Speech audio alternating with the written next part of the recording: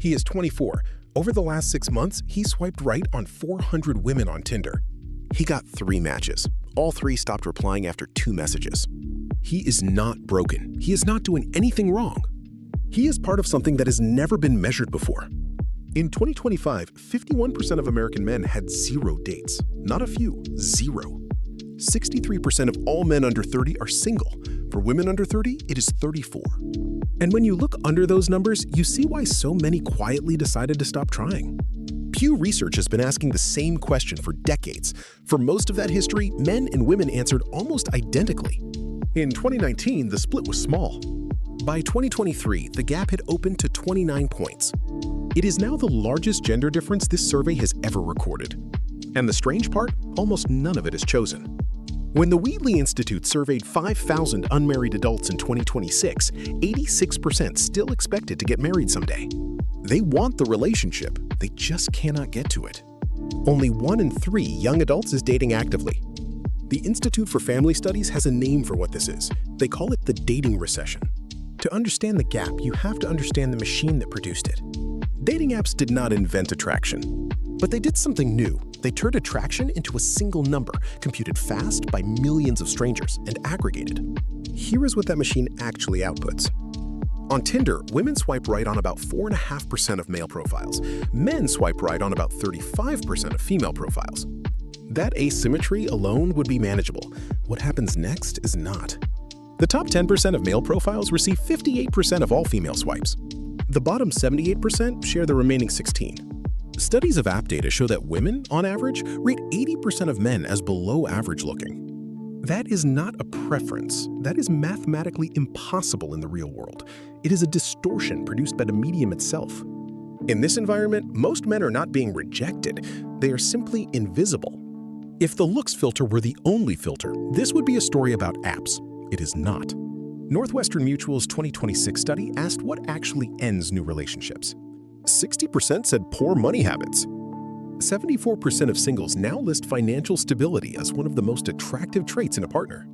58% of young men said the single biggest barrier to dating was simply not having enough money. Layer that onto stagnating wages, rent taking half an income, and career ladders redesigned around AI. And you get a market where a lot of young men look at the entry price and quietly walk away. Here is the strangest data point in the entire dataset. 86% still expect to marry. 64% of young men say having children is one of their most important life goals. This is not a generation that has given up on love. They want it as much as their parents did, and they have been handed a system that makes it structurally harder to reach.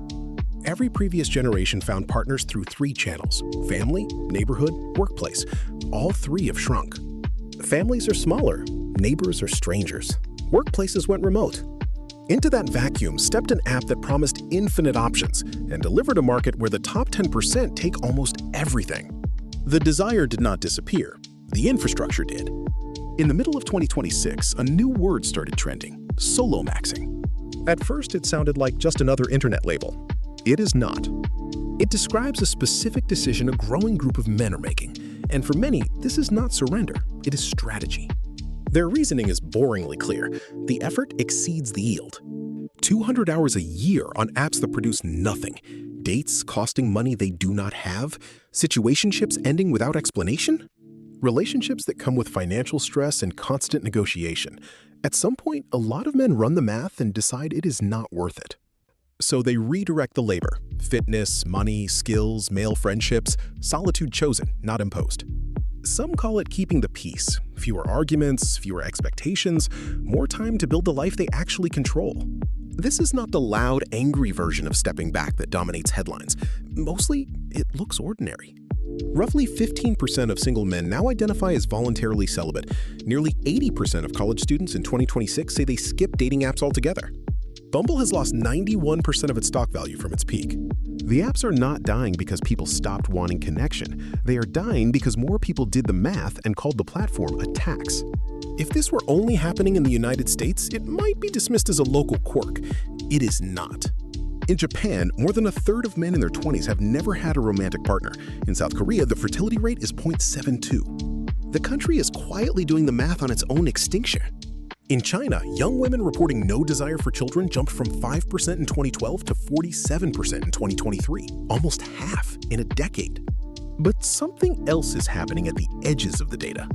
Run clubs are exploding. Speed dating is back at pre-pandemic numbers. Board game bars, sober coffee mixers, hobby meetups, low-stakes connection is growing. Hinge itself says its most successful users are the ones who move off the app fastest. The pattern is consistent. The people forming relationships in 2026 treat the app as a doorway, not a room. The market is broken. We as a species are not. Back to the 24-year-old at the beginning. 400 swipes, 3 matches, 0 relationships. He is not the problem. He is the receipt. The market that produced him was built in the last 15 years by companies whose incentive was not connection, it was engagement. And engagement and connection turn out to be almost opposite things. Some men are still trying to make it work. Others quietly decided the price is too high. Both of them are responding to the same broken market.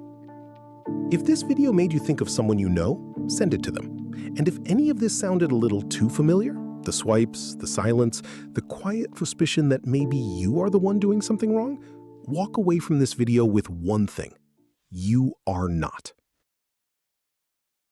Thank you so much for watching. Please subscribe and make sure to leave a comment below.